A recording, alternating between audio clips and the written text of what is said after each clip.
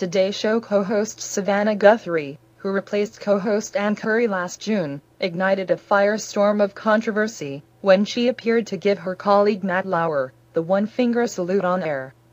However, Guthrie fired up her Twitter account and let her fingers do the explaining, claiming that she merely pointed in Lauer's direction after he made a wisecrack in her defense.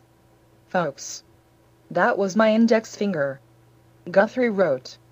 "Naturally, I have the picture. You can judge for yourself."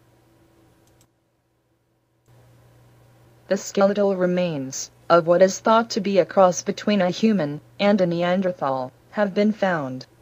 The remains date back to between 30,000 and 40,000 years ago, and are believed to represent the first direct evidence of human and Neanderthal interbreeding. A genetic analysis suggests that the individual was the offspring of a female Neanderthal and a male human. It has long been thought that the two species interbred, and that even today's human population still contain traces of Neanderthal DNA.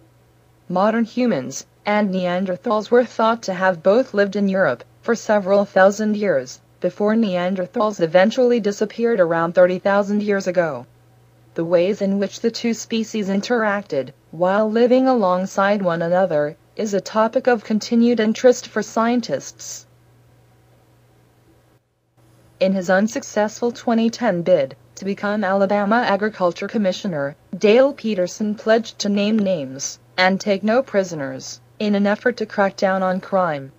This week, the former candidate was arrested for the second time this year for eating cashews out of a container at a Sam's Club and then putting it back on the shelf.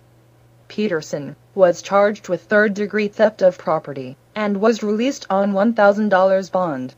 Security officers at the Hoover area Sam's Club stopped Peterson after he paid for his other purchases and was on his way out. Two ice floes drifted off the Latvian coast on Friday, trapping 220 people at sea for much of the afternoon. Emergency boats and helicopters quickly reached the scene in the Gulf of Riga in an operation to rescue the stranded group of ice anglers and families. One of the floes broke away at one of Riga's most popular beaches, and another a few miles down the coast. A man trapped on the ice floe said there had been no panic, and people had boarded boats to return to safety. About 180 people had been enjoying the Good Friday public holiday at Vakarbali Beach when winds and high waves sent the stretch of ice they were on away from the shore into the Gulf of Riga. Many of them had been ice fishing at the time. "Now people feel okay," Dmitry Belyaev told Radio Balkan. "After the ice floe broke off, we contacted rescuers immediately.